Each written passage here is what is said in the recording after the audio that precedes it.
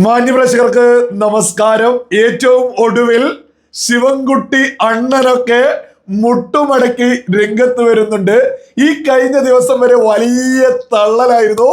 ശിവൻകുട്ടി അണ്ണ എന്നൊക്കെയാണ് ഇപ്പോ അരുൺകുമാർ വിളിച്ച് നമുക്ക് അറിയാലോ. പരാജയപ്പെടാൻ പോകുന്നൊരു സ്ഥാനാർത്ഥിയോട് വലിയ സ്നേഹമൊക്കെ ആയിരിക്കും കാണിക്കാൻ. ഏതായാലും അരുൺകുമാർ എന്തൊക്കെ വിളിച്ചു പറഞ്ഞു, പരാജയപ്പെടൽ ഇന്ന് തന്നെ അവരെത്ര ഉറപ്പിച്ചു എന്നതൊക്കെ തന്നെ നമുക്ക് ഈ വീഡിയോയിൽ പരിശോധിക്കാം. അതിനു മുമ്പേ ആയിട്ട് കഴിഞ്ഞ ദിവസം ശിവൻകുട്ടി BJP-ക്കെതിരെ അങ്ങ് ആഞ്ഞടിച്ചു തുള്ളി രംഗത്തെത്തിയതിന്റെ ഒരു ചെറിയ ഭാഗം ഞാൻ ഇവിടെ കൊടുക്കാം. നിങ്ങളൊന്ന് കേട്ടു നോക്കൂ. ഇജാതി തള്ളിയ അണ്ണനാണ് ഇപ്പൊ ലേറ്റസ്റ്റ് ആയിട്ട് മറ്റൊരു രീതിയിലേക്ക് രംഗത്തെത്തിയത് എന്നുള്ളതും സകലരും തിരിച്ചറിയണം. നിങ്ങൾ ഏതായാലും കഴിഞ്ഞ ദിവസം ശിവൻകുട്ടി തള്ളിയത് ഒന്ന് കേട്ടു നോക്കൂ.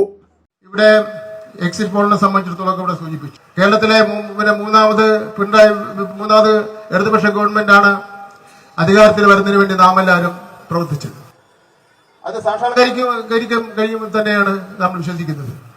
കഴിഞ്ഞ എല്ലാ കാലഘട്ടങ്ങളിലും തെരഞ്ഞെടുപ്പ് കഴിഞ്ഞാൽ റിസൾട്ട് പ്രഖ്യാപന ഈ രൂപത്തിൽ ഉണ്ടാവാറുണ്ട്. ഇടതുപക്ഷ ജനാധിപത്യ മുന്നണിയെ സംബന്ധിച്ചിടത്തോളം തോക്കേണ്ട ഒരു കാര്യവുമില്ല ഈ തെരഞ്ഞെടുപ്പിൽ, ജയിക്കേണ്ട കാര്യം മാത്രമേ ഉള്ളൂ.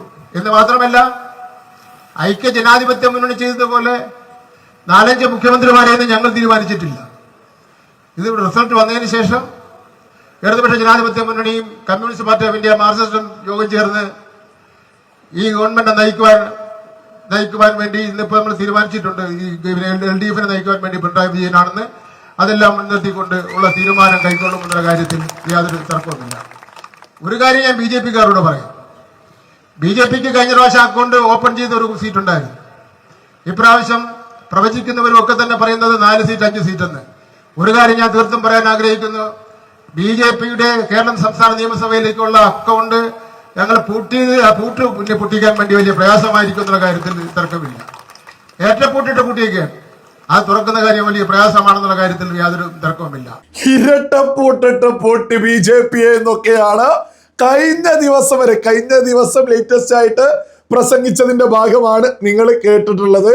BJP-യെ ഇരട്ടപ്പൂട്ടിട്ട് പൂട്ടി എന്നൊക്കെ പറയുന്ന ശിവൻകുട്ടിക്ക് സ്വന്തം സീറ്റ് BJP-യിൽ നിന്ന് വിജയിക്കാൻ സാധിക്കോ? അത് ഇന്ന് ലേറ്റസ്റ്റ് ആയിട്ട് അരുൺകുമാറുമായി ബന്ധപ്പെട്ട് റിപ്പോർട്ടർ ചാനൽ ഒരു ചർച്ച കണ്ട് അരുൺകുമാറൊക്കെ ഇപ്പൊ അണ്ണ എന്നാ വിളിക്കുന്നത്. അണ്ണ പരാജയപ്പെട്ടാല് എന്താണ് അവിടെ കുറെ ആളുകൾ പണം വയ്ക്കുന്നു എന്നൊക്കെ കേട്ടല്ലോ അണ്ണ. ഇപ്പൊ റിപ്പോർട്ടർ ചാനലിൽ നടക്കുന്ന ചർച്ചയാ. യജാതി അണ്ണം വിളിയൊക്കെ ആണെന്നോ അരുൺ ഈ വിളിച്ചോണ്ടിരിക്കുന്നത്.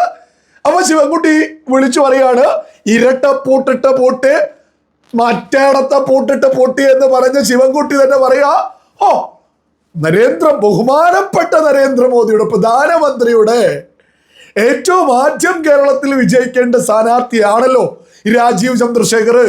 കഴിഞ്ഞ തവണ രാജഗോപാലൻ സാറോട് കുമ്മനൻ സാറോട് മത്സരിച്ചതിനേക്കാൾ ബുദ്ധിമുട്ടായിരുന്നു ഇത്തവണ മത്സരിക്കാൻ. ഈ BJP ഇരട്ടപ്പൂട്ടിട്ട് പൂട്ടുമെന്ന് പറഞ്ഞ അതേ ശിവൻകുട്ടിയെ ഇപ്പൊ ലേറ്റസ്റ്റ് ആയിട്ട് റിപ്പോർട്ടർ ചാനലിനോട് പറഞ്ഞ ശൈലിയില ഞാൻ നിങ്ങളോട് മുന്നോട്ട് വെക്കുന്നത്. എന്നിട്ട് ശിവൻകുട്ടി പറയാണ്, വലിയ രീതിയിൽ പണമൊഴുക്കി ലോക്സഭാ തിരഞ്ഞെടുപ്പിന് ഒഴുക്കിയതുപോലെ ഒഴുക്കി.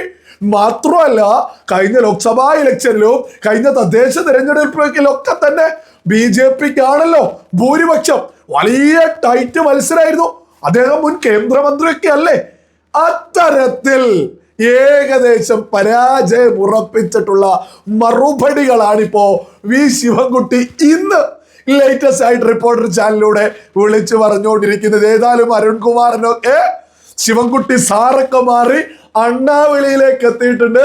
ഏകദേശം അരുൺകുമാർ ഉൾപ്പെടെ ഇപ്പൊ ഉറപ്പിച്ചിട്ടുണ്ട് ശിവൻകുട്ടി ഏതായാലും പരാജയപ്പെടും എന്നുള്ളത്. ഈ ശിവൻകുട്ടി അതിനിടക്കൊന്ന് വിളിച്ചു പറയുന്നുണ്ട്, ഗൂഗിൾ പേ വഴിയാണ് ഓരോ വീട്ടിലും പോയിട്ട് പണം കൊടുക്കുന്നത് എന്ന്. ആൾക്കൊന്നിന് വെച്ച് ഇത്ര പണം എന്നൊക്കെയാ പറയുന്നത്. ഈ കള്ളം പറയുമ്പോൾ കുറച്ച് മാന്യമായിട്ട് പറഞ്ഞുകൂടെ? ആളുകൾ വിശ്വസിക്കുന്ന രീതിയിൽ ഈ ഗൂഗിൾ പേയില് ഈ പറയുന്ന നിയമമണ്ഡലത്തിൽ എല്ലാ ആളുകൾക്കും പണം കൊടുത്തിട്ടുണ്ടെങ്കിൽ അതൊരു രേഖയല്ലേ? ഗൂഗിൾ പേയില് പേ ചെയ്ത് കഴിഞ്ഞാൽ അത് ഡിലീറ്റ് ആക്കാനൊന്നും പറ്റൂല. അത് ബാങ്കിൽ പോയാൽ പോലും കൃത്യമായിട്ടൊരു സ്റ്റേറ്റ്മെന്റ് ഉണ്ട്. അക്കൗണ്ട് സ്റ്റേറ്റ്മെന്റ് എടുക്കാൻ പറ്റൂ. കൃത്യമായിട്ട് തെളിവുകൾ നിരത്തിയിട്ട് ഈ പറയുന്ന പണം കൊടുത്തിട്ടുണ്ടെങ്കിൽ പരാജയപ്പെടുത്താൻ സാധിക്കൂലേ? അപ്പൊ പറയുമ്പോൾ ആളുകൾ വിശ്വസിക്കുന്ന തരത്തിലുള്ള കള്ളങ്ങളെങ്കിലും പറയും. യഥാർത്ഥത്തിൽ വി ശിവൻകുട്ടി ഇത്രയും കാലം തന്നെ ജയിപ്പിച്ച നേമൻ ജനതയെ അപമാനിക്കല്ലേ?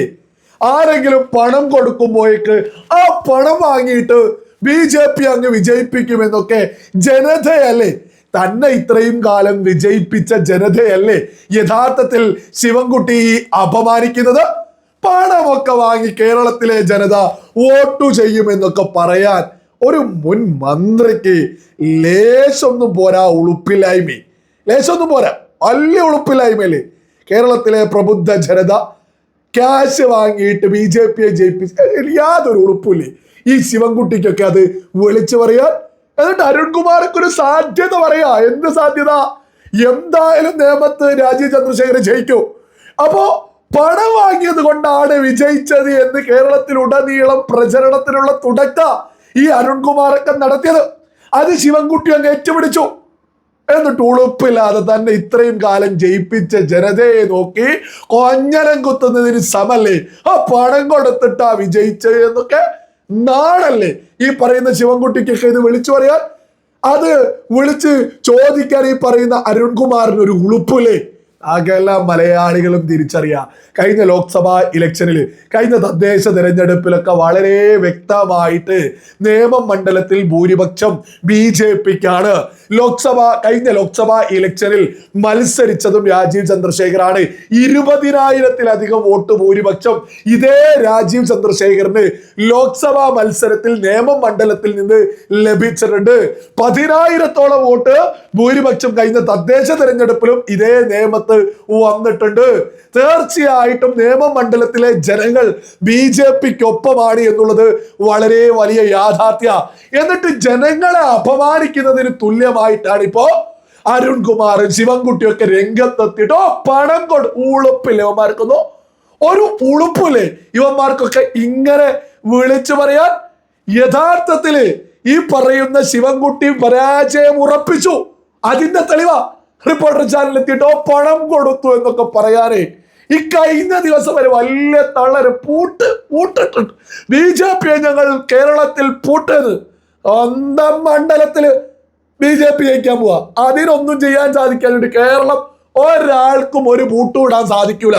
കേരളത്തിലെ ജനത ഇത്തവണ വലിയ രീതിയിൽ BJPയിലേക്ക് എത്തിക്കുന്നത് കാരണം മറ്റൊന്നുമല്ല, അത് ഇടതും വലതും കൂടി കട്ടുമുടിച്ചിട്ട് ഇവിടെ ഇടത് വരൂ വലതു വരും എന്നൊക്കെയാണല്ലോ.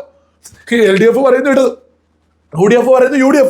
ഇവരാര് വന്നാലും സകലതും ഒന്നല്ലേ? ഈ കേരളത്തിന്റെ അതിർത്തി കഴിഞ്ഞാൽ SCPI, Jamaat-e Islami, Congress, CPM, CPI സകല ഗുലാബികളും ഒരു ടീമല്ലേ? അപ്പൊ കേരളത്തിൽ UDF വന്നാലും LDF വന്നാലും ജനങ്ങൾക്ക് ഒരുപോലെയാണ് എന്നുള്ളതും സകലരും തിരിച്ചറിയുക.